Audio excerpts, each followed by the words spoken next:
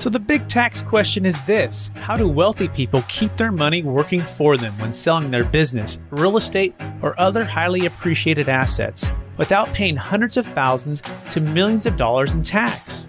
What if we, as business and real estate owners who have poured blood, sweat, and tears to growing our wealth, and who didn't hire expensive tax attorneys and CPAs to map out an exit strategy, knew their secrets?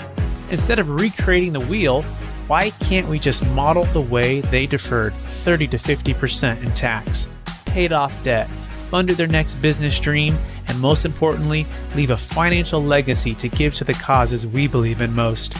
What if their secrets weren't complicated at all, and you just need a guide who is a few steps ahead of you? That is the question, and this podcast will give you the answers. My name is Brett Swarts, and welcome to Capital Gains Tax Solutions. Hey, welcome to the Build It to Billions podcast, where we guide successful entrepreneurs and investors on the journey from millions to billions. We believe the key to scaling and compounding your wealth and life starts every single day with the mindset and practice of stewardship over ownership and applying billionaire biblical principles. Our ultimate goal is to help you scale, compound your wealth and life so you can give more all of it away to help MVPs. My name is Brett Swarts, and every single episode we bring on the world's best entrepreneurs, millionaires or billionaires, and they share their insights, their wisdom with us so we can all scale and make a bigger impact. Excited about our next guest. He's out of the South Florida area. He's been featured in the Wall Street Journal, the New York Times, CBS Money Watch, and he's known for his honest, client-focused approach, and he guides clients away from franchising when it's not the right fit and ensuring alignment for long-term success. And he helps, corporate executives build generational wealth, diversify investments, pivot careers, and launch or grow family businesses through customized franchising consulting, and so much more. Please welcome to the show with me, Cliff Nonnenmacher. Did I pronounce it correctly? Nailed it. Okay, awesome. Cliff, for our listeners getting to know you for the first time, would you please give us a little more about your story and your current focus? Yeah, absolutely. Thank you for having me on your show. I appreciate it, Brett.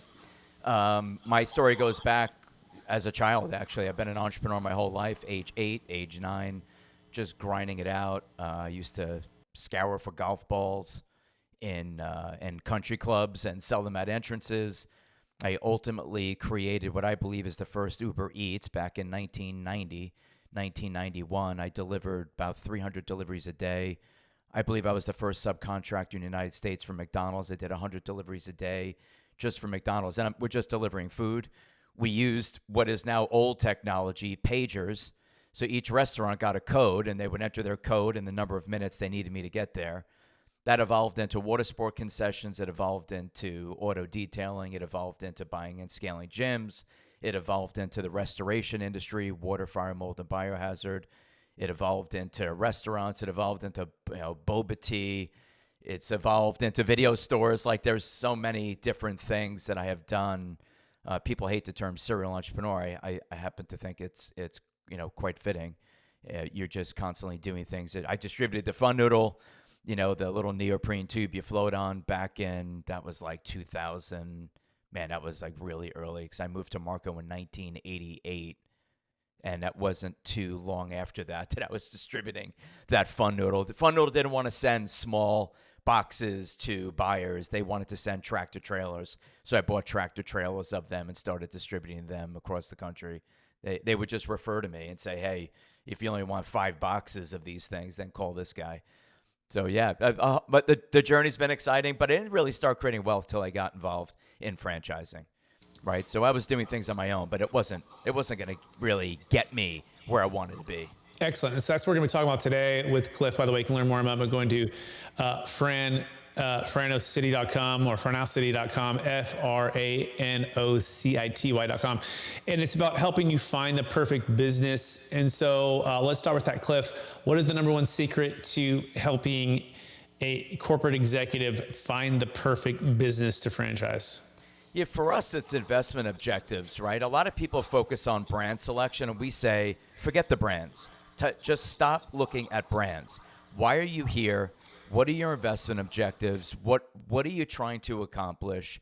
What do you want to invest? What is your appetite for risk, appetite for debt, right? What do you need to earn?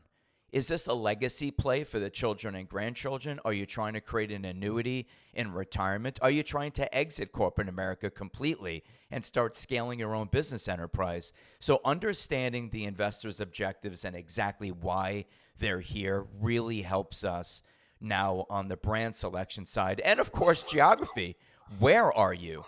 A lot of people have great dreams and goals and aspirations, and then they live in an area, quite frankly, that is not going to support those goals. The discretionary spending, discretionary income. It's like, look, great idea. You've got big picture. You're thinking big. You live in the wrong area. You know, your demos are terrible. Your town has 10,000 people. What are you going to do with that? There's not a whole lot you could do with 10,000 people. I know I grew up on an island with 10,000 annual residents. You know, you have to execute pretty flawlessly to make all that work. Makes sense. So here, I think what you're saying is get down to the brass tacks and the numbers and really the data, right, behind this. Only the investment objectives of yourself personally, but then also the data and the numbers for the actual business that you might be considering that fits that.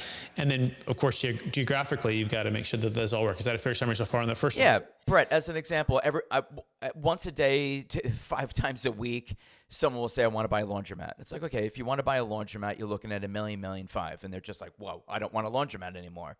Everyone wants a laundromat. Everybody wants a gas station. Everyone wants to buy a convenience store. Everyone wants a liquor store, right? So there's things that people want, and they don't understand the investment level and what it takes to actually operate and develop that business. So we get back to the basics. It's like if you only want to invest $100,000, you just took a universe of brands and shrunk it to a very small subset, if you will, of opportunities that fit 100 liquid, 200 debt. What are you going to do with 300 when brick and mortar opportunities start at 354? So now you're looking at non-brick and mortar. It's like, yeah, so it's I like really pre-qualify for a house. Like if you're going to buy a house, like, okay, great. Of course you want the house on the beach with all the fancy, cool things next to the Lifetime Fitness Center and the, all the walking distance to the restaurants, so you don't have to, drive and park. And of course you want that. But what kind of money are you looking for a down payment? Can you qualify? So just getting really clear on that is the numbers. It makes sense. What's the number 2 secret to helping executives find the perfect business to franchise and to jump into?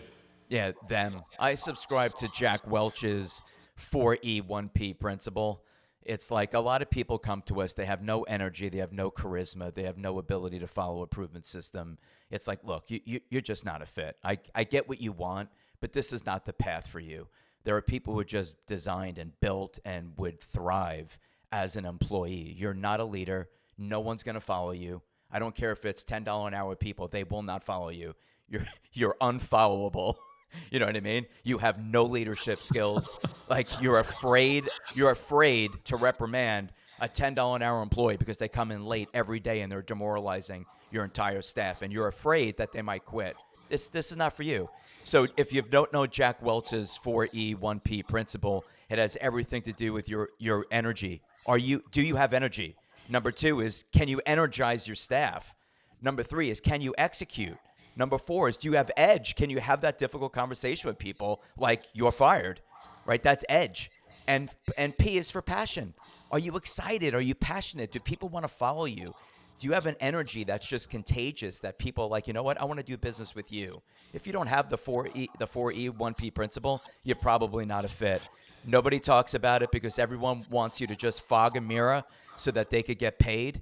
We don't do that. I talk more people out of this than I talk into it. I love that. That's so being straight to it. It kind of goes into the first one. It's like getting really clear on if you have what it takes. And to be honest, you've seen enough people probably fail in this and succeed. So you're like, I'm going to be real honest with you. Like, do you have these 4 E's, 1P, right? So you said energy of yourself. Can you energize your staff? Do you have an edge? I maybe missed the third E. What Execute. was the third? Execute. Yeah. Can you execute on the plan, right? Do you have the ability to execute? And then do you have the passion, right? And the love for it? I like the way that Mark Cuban said, I saw a quote the other day. It's like, if you basically wouldn't do it for free, right? Like you love it so much that you would go out there and at least do it for a period of time, right? Until you can make a profit. If if you don't have that, I'm probably not saying it correctly all the way in context, but that idea, right? That passion's got to be that drive. And if it's not there, then you probably shouldn't go into business, right? You're basically not going to make it successfully. You were about to mention something. I kind of cut you off on the execute piece of it. You want to dive back into that a little bit? Well, I just think that execution is everything, like literally everything. This country, most people we work with, most people that you deal with, they're idea rich and execution poor. They have all these ideas, right? And it's exciting to speak to these people because they're loaded with ideas. They never execute. They never create wealth. They never do anything. And if you meet them 10 years later, it's like, hey, man, what did you ever do with that? And the answer is always nothing. I did nothing with it. But you know what? They ended up doing it, and that was my idea. Someone's always taking their idea, right? It's like we have these family members. Everyone has these people. Idea rich, execution poor. So I feel like, yes, energy is important. I feel like a lot of them are equally weighted. But execution really is what makes the dream work, and it's what makes everything happen. I love that. I mean, there's this quote by Theodore Roosevelt, and I think we should all look at this maybe once a week or once a month, right? But it's not the critic who counts, not the man who points out how the strong man stumbles, or where the doer of deeds could have done them better. The credit belongs to the man who is in the arena, whose face is marred by dust and sweat and blood, who strives valiantly, who errs, who comes short again and again, because there is no effort without error and shortcoming, but who does actually strive to do the deeds, who knows great enthusiasms, the great devotions, who spends himself in a worthy cause, who at best knows in the end the triumph of high achievement, and who at worst, if he fails, at least fails while daring greatly, so that his place shall never be with those cold and timid souls who know neither victory nor defeat. So when you hear this, Cliff, like this type of energy, execution, passion, edge, right? All kind of pointing into one quote. What comes to mind? I mean, a lot of things come to mind. Just thinking about all the deals I didn't do, all the shots you don't take, right? And you try not to live that way.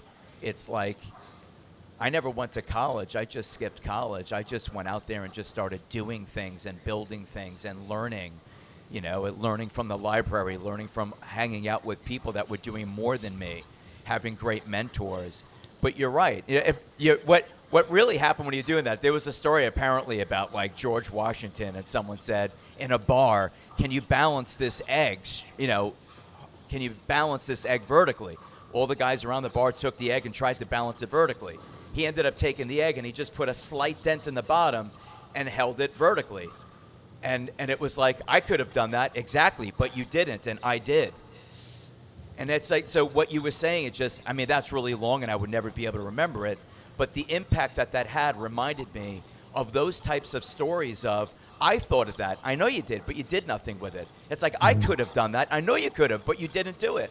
Right. That's what it reminds me of, and it's like, it reminds me of people turning 60, 70 years old that I speak to on the phone, and their attitude is, you know what, I missed my window. I really appreciate you working with me. However, I don't have the intestinal fortitude to do this at age 60, at 65. Man, I wish I met you at 50, 55. But I didn't have the intestinal fortitude to do it. Yeah. And now it's over.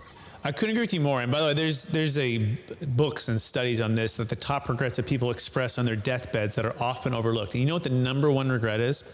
Number one, not having the courage to live authentically instead of meeting others' expectations. And I think this right here is huge, right? Because I think it's the fear of insert the blank, the fear of financial insecurity, the fear of what other family members would think, the fear of if I'm going to fail, the fear of blank, right? That holds people back from living authentically, right? They have this something inside of them that's saying, hey, I really do want to jump and be an entrepreneur. I really do want to live out this passion, right? But they let the fear of others' expectations, right, hold them back from living out their unique calling on their life. Or you're right, they didn't execute or be disciplined in the past, right, when they were coming up, right? And they put themselves in a position where they don't maybe have that position or aren't willing to sacrifice. I know for my wife and I, we homeschool our kids, nice. And we've done it since the beginning. We have 5 kids, and as a part of that, I had to work multiple side hustles while pursuing an entrepreneur journey, and 60, 70-hour weeks, working nights and weekends at Cheesecake Factory and doing AAU basketball tournaments while working at Marcus and Millichap to build my knowledge and skill set in brokerage and investments, and then it led to where we're at today with Capital Gains Tax Solutions. But you look at that and you say, if you didn't pay the price then, you might put yourself in a position to not be able to do the things you want to do now, and instead have to live to others' expectations. And so I think this is so huge. I think Michael Jordan says it well: you miss 100% of the shots you don't take. The other piece I think people miss is God's unique calling on our lives. I believe the definition of success is basically taking God's unique strengths that and blessings he's given you, right? Times that you've maximized those gifts, those unique gifts he's given you. Times you're making that as impactful for as many other people as you can, be a blessing to them, all with the understanding that this unique calling has been prepared for you to do, I believe, before the creation of the world, right? That's what the Bible says. And when you're stepping into that and you're living that, right, that equals success, right? And hopefully you make a bunch of money, and hopefully you make a bunch of impact. You should, if you're executing at a proper high level. But to me, that's another piece that gets missed. So I don't know, Cliff, have you seen in your consulting that side of things, beyond just the numbers, but really the calling and the purpose? Yeah, it's very interesting. So we wrote a book. It's called Beyond the Brand, bestseller on Amazon in our category of entrepreneurship. And one of the things that we recognized, and you just touched on it a moment ago, is that no one discusses fear. And when fear is discussed, by the way, it is the most influential force in our lives and the least discussed. So do the math on that. So most influential, no one talks about it. What you will see are little stickers and little, quotes that will say, fear is just an acronym. It's face everything and rise. That doesn't help. That does not help anyone overcome something that is biological. The brain is wired for survival, not success. The concept of climbing a corporate ladder is foreign to the amygdala. It's foreign. It's foreign to the brain. Right? The brain is all about just surviving, right? So when you start talking about winning, success, execution, like the brain, you have to rewire that. And that's why there's a 1% and a 99%, because those people have figured out how to rewire, how to adapt to this new normal. Fear absolutely kills more dreams than failure ever has and will. That's a fact. And it is one of the biggest issues that I have to deal with every day. Do you have the financial acumen to buy this franchise? Absolutely. Do you have the willingness to do it? Yes. Do you have the drive to do it? Yes. Do you have spousal support? Your spouse thinks you're a rock star. They want you to do this. Then why aren't you doing it? And it's all about fear. And what's crazy, Brett, about what I'm saying, the truth of the matter is this. Be honest with me. Why are you not buying the business? Honestly, I'm afraid that my in-laws, my outlaws, my nephew, my uncle, my children may see me fail.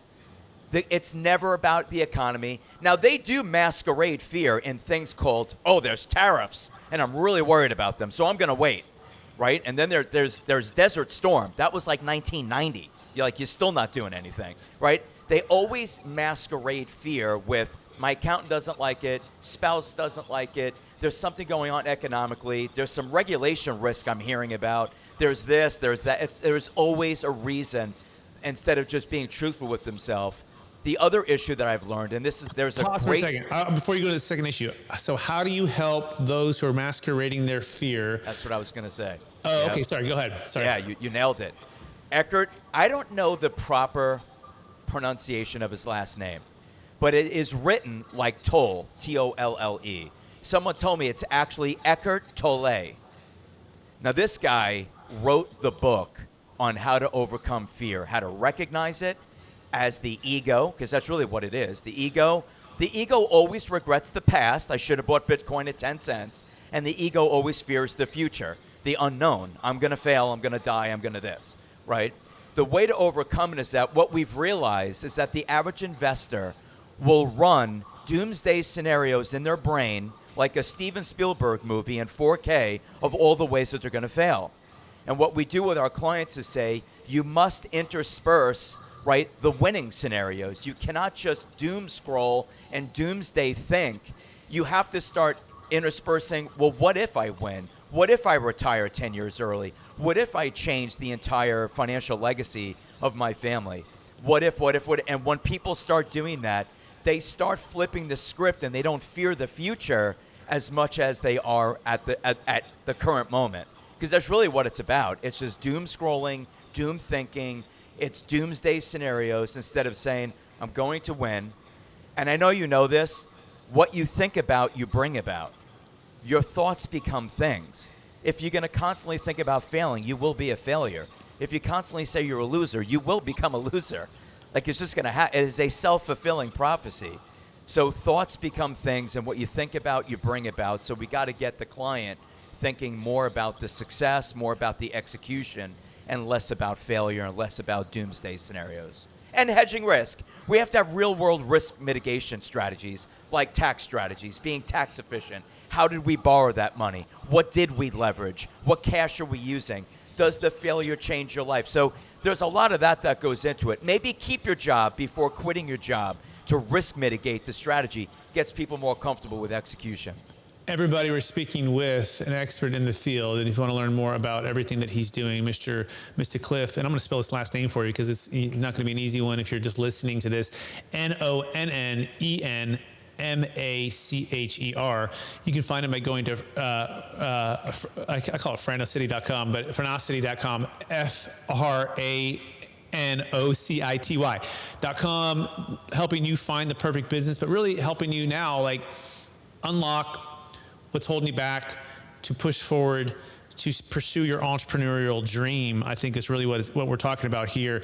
Okay, so that's incredible. I love that. Yeah, and I think, what you think, meditate, and give energy to, pray about, these are the things that it'll pull you in that direction, right? Pull you in that direction. And otherwise, if you're not planning, if you're not thinking, if you're not praying, if you're not meditating on the things that you really want and that are positive and are good, and the great outcomes, then you naturally move to the fear state of your mind, right? And you get caught in this doom scrolling is a great example, right? If you're just going on any kind of major political TV network, or even in financial network or social media, it tends to move towards the fear and the outrage, and that's just what you get caught into. And unfortunately, I think that's where 95% of the world spends their time and their attention. And so that makes sense. So what other secrets did Mr. Eckhart Tolle give for overcoming fear that you want to make sure we bring out today? Yeah, I mean, there's a lot about recognizing it and understanding your thoughts. And while you're recognizing and understanding those thoughts, you have to find a way, whether it's through meditation, whether it's through just rethinking, whether it's by pausing. You have to ask. Some people will get anxiety thinking about the future. Literally, they could be sitting at a dinner table and just thinking about doing something, and they're already sweating, heart rate, pressure, everything changes. Think about that. Like, your entire body can change just by thinking about, I need to publicly speak next month. Like, it's not even there yet. You're already sweating. And the idea is, look at where you are right now. You're safe. Like, why are you doing this to your body? Why are you creating this chaos within you? And it's like he really level sets. Catch yourself thinking negatively, see what happens to your body, and then just tell yourself, I am safe. There was something that he says in his book that's very interesting, which is, like, when you're a child and you're in bed and it's nighttime, you're thinking, like, there's things in your closet and under your bed. What happens, though, what's very interesting is, as soon as you flick those lights on, the fear can't survive in the light of day. So as soon as you turn the lights on, all of a sudden it's instant relief. And it's the same way about fear thinking. You have to figure out how to expose the fear thinking the same way a child would flick the switch and turn the lights on and instantly resolve the fear. Like, literally, it's instant. It's wild. This is awesome. I love it. And I'm thinking about, the other one, false evidence appearing real. Yeah. Right. I've been studying anger and resolution. We had some family conflict in 2025 and hadn't had any family conflict, honestly, in like my entire family significant conflict, right? But we had significant conflict in 2025 with some extended family. And I'm like, gosh, like, where is this coming from, right? And I started to study a book by Gary Chapman. He wrote the book, The 5 Love Languages, but he also wrote another book, which is called Anger, right? And it's basically the proper biblical way to help process and work through anger and conflict and all this stuff. It was so good. And one of the chapters is talking about distorted anger versus basically like actual righteous anger or stuff that's like correct, right? And that's like really the beginning of this. It's like, is if we are telling ourselves a story and that story is based upon distorted anger, you actually will have all of the same feelings, like everything you were just saying, right? The thing, all the things of anger inside of your body will actually feel all the same. And the sad part about it is that you can trick yourself to believing that it's actual righteous anger because you're having all of the feelings, right? And so, but if you slow down and if basically it's telling yourself a more positive story and going to find out, asking good questions and going through it with an open mind about potentially what the facts are versus what you perceive them to be, that you can turn off, in other words, bring to light what the evidence actually is versus it being distorted. And so I was like, oh, this is so powerful, right? To understand that yeah, you might have the same feelings on both sides, but one is distorted, one is actual, and then helping yourself to work through that. And so I think this is kind of the same type of concept here. Totally. You're going to have the feelings of the fear, and that's legit. That doesn't mean that they are. It's not distorted based upon, it's basically call it distorted fear versus what actually you should be fearful, right, of something. Is that a fair summary, Cliff? What do you think? Yeah. You're reminding me of Susan Jeffers. She wrote a book called Feel the Fear and Do It Anyway. Like you feel it, process it, reconcile it.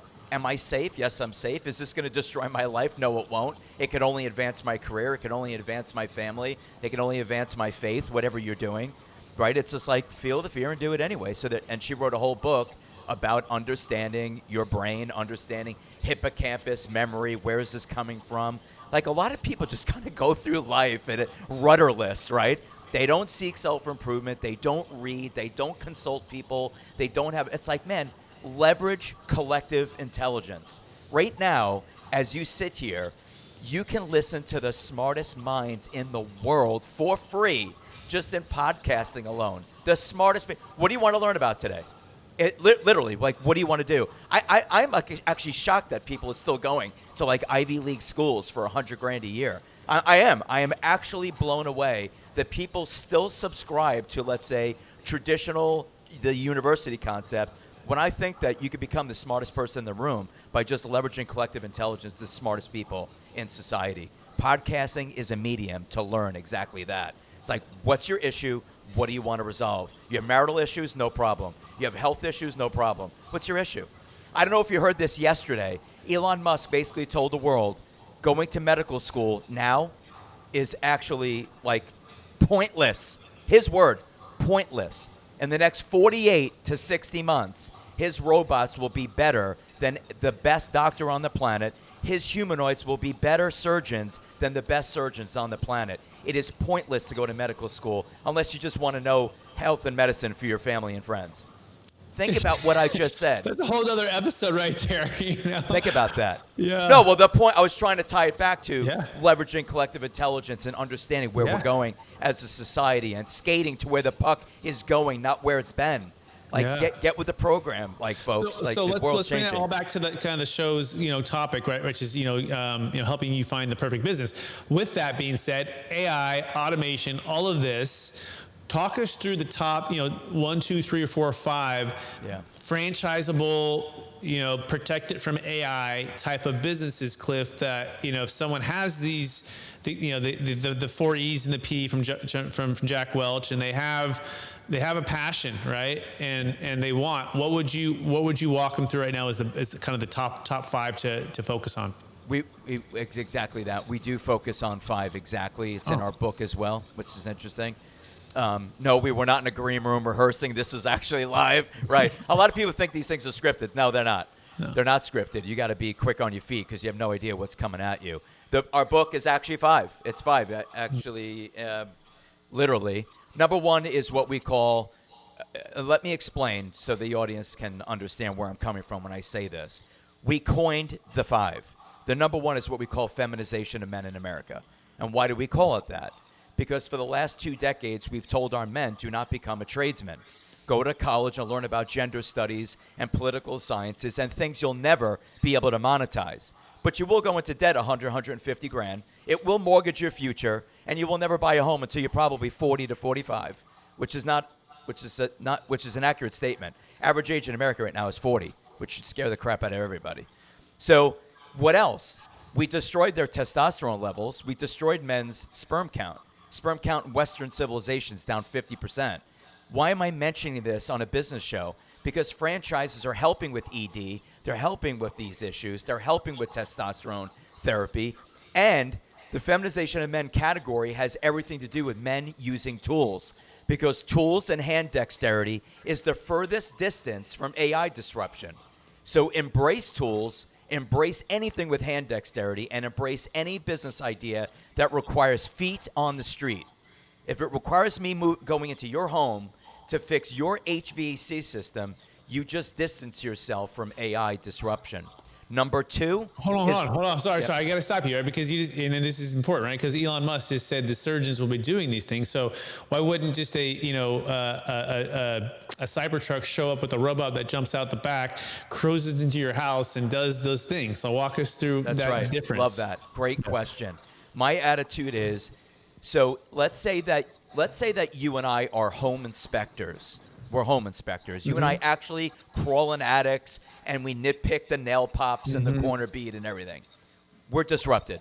We're out of business. But then you and I decided today, you and I are going to pivot. We're going to become business partners, and we're going to buy a home inspection franchise. We now became the disruptors because you and I are now going to purchase $10,000, $20,000 humanoids in a self-driving Cybertruck and dispatch it all across the country to do home inspections. You're going to be in one of 2 categories in the next 48 to 60 months. You're either disrupted or you're the disruptor. That's it. It's that simple.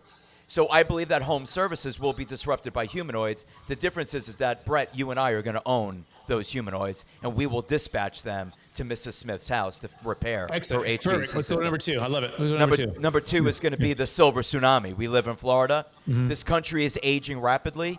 In the next decade, it will be classified as a super-aged nation, which would be Italy and Japan, which means that 20% of your population is 60 and older. That's scary. You have no youth, and we're not repopulating. It has a lot to do with low T, low sperm, and not having babies. And, of course, inflation, cost of living. Kids don't want to have kids. So the silver tsunami and anything involving the aging graying of America is an investment thesis that will continue until you and I are long gone, and our children are probably long gone. That's how long of a runway you have in dealing with anything aging, whether you're doing home care, medical, non-medical, ramps, mobility. Number 3, since we're not repopulating, since we're aging, we have humanized pets and animals. So anything in the pet and animal category, $150 billion market cap last year. $150 billion was spent on pets and animals in this country alone. Massive market. Dog boarding, dog grooming, dog daycare, dog training, dog retail, dog clothing, dog spas. In affluent communities, they treat dogs like children. They have birthday parties for them, spa treatments for them. Next, because we're aging, anything involving anti-aging, biohacking, peptides, testosterone therapy, hormone therapy for women, NACs, do the math, cold plunging, red light therapy, contrast therapy, cryotherapy, IV infusion therapy. This is huge. People are looking at the white lab coat and saying, I don't trust you. I don't trust you anymore. You had a food pyramid upside down. I don't trust you anymore. Okay? You had a food pyramid upside down. You told me fat was bad. You told me sugar was good. You told me injections are amazing and I should get 70 injections in an infant. Come on. Like, this is all nonsense. So what are we seeing? We're seeing people wanting to biohack. They want to anti-age on their own. Franchising provides a ton of anti-aging, biohacking, beauty, vanity type brands. Lastly, and I had no idea that you were homeschooling. Lastly, public schools are literally an abysmal failure. They have failed our children. They failed this great nation, okay? Total failure. And I'm not saying teachers are bad. I'm saying what they're told to do is bad. That's what I'm saying, right? So anything in the category of youth enrichment and making these children the best version of themselves, the greatest contribution to the society that they live in, anything that could do that, whether it's cooking, home ec, welding, learning tools, whether it's music and using both hemispheres of your brain for better critical thinking and better problem solving and better reasoning skills in your future marriage. Like, all this stuff, people don't realize that art and music are not about art and music. It has everything to do with your brain and the way you view the world and how optimistic you are and how you think. It has nothing to do with music. Think about music for a minute. Using your hands and reading music is literally firing both hemispheres of your brain at the same time. If you want to know how difficult that is, if you read the word blue, but the word blue was colored red, and I said to you, say the color, not the word, you would hesitate.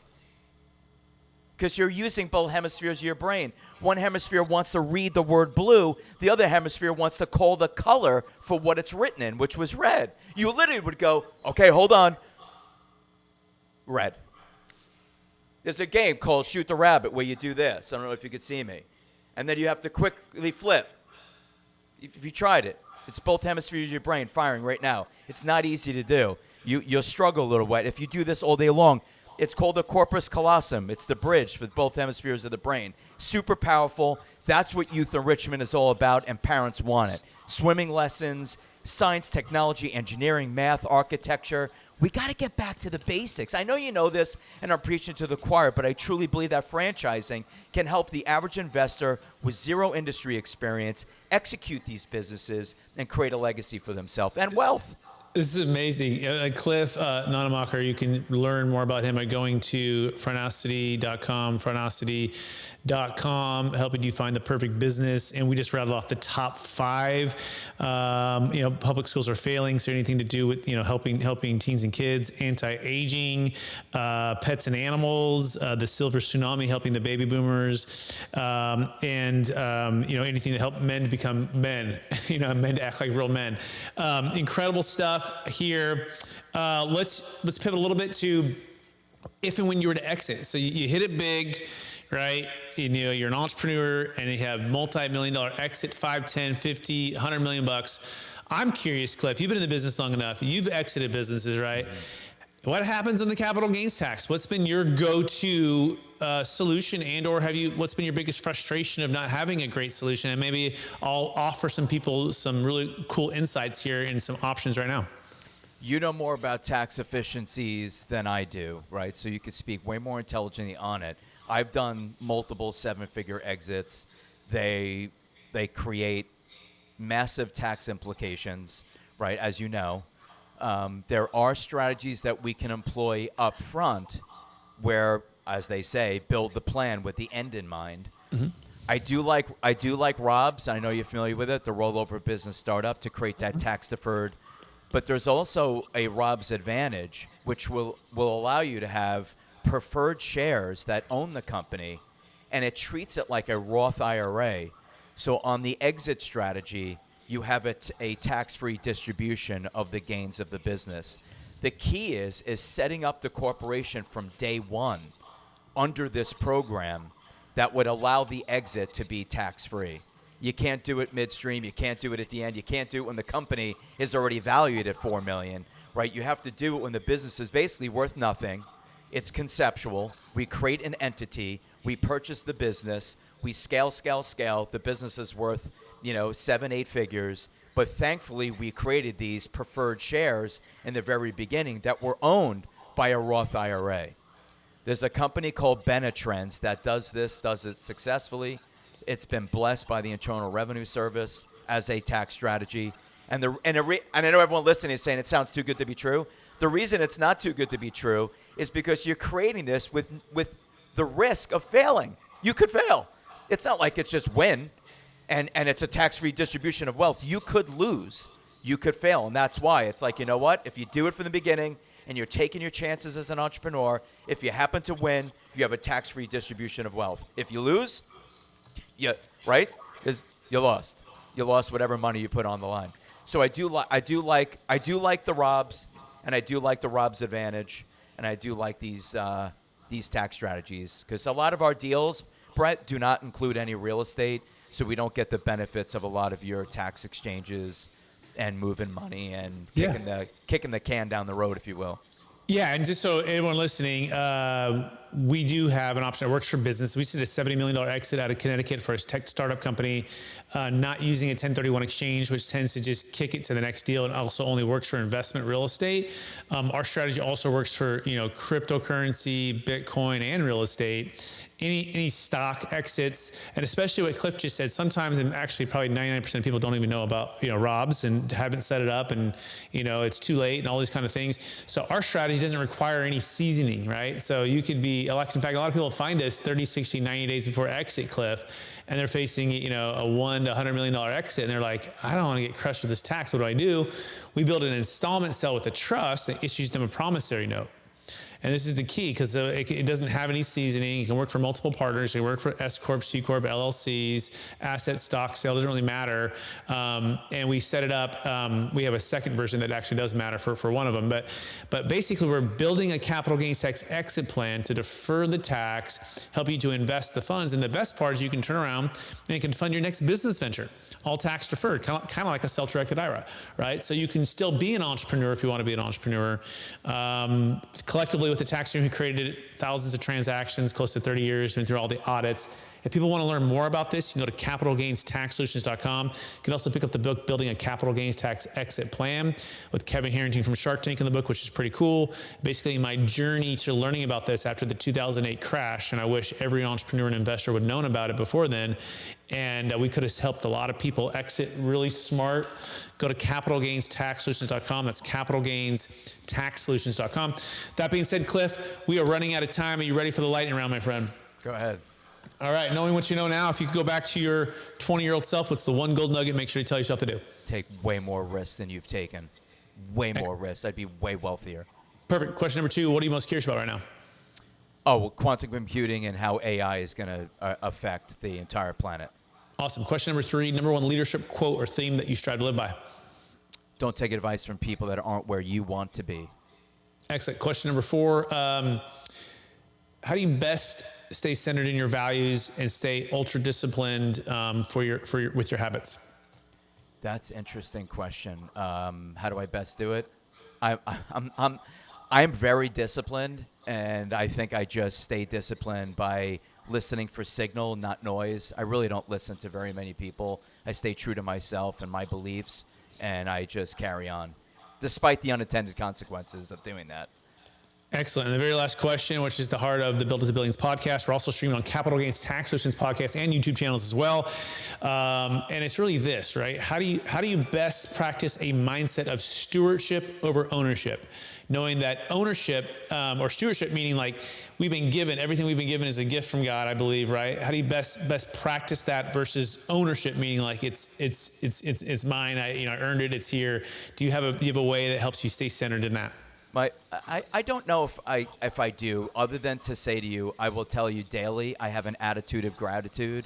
I am very grateful for people who believe in me and trust me, want to work with me. We're talking about legacy. We're talking about life savings. I have a large fiduciary responsibility, and I take it very seriously, and I'm very grateful.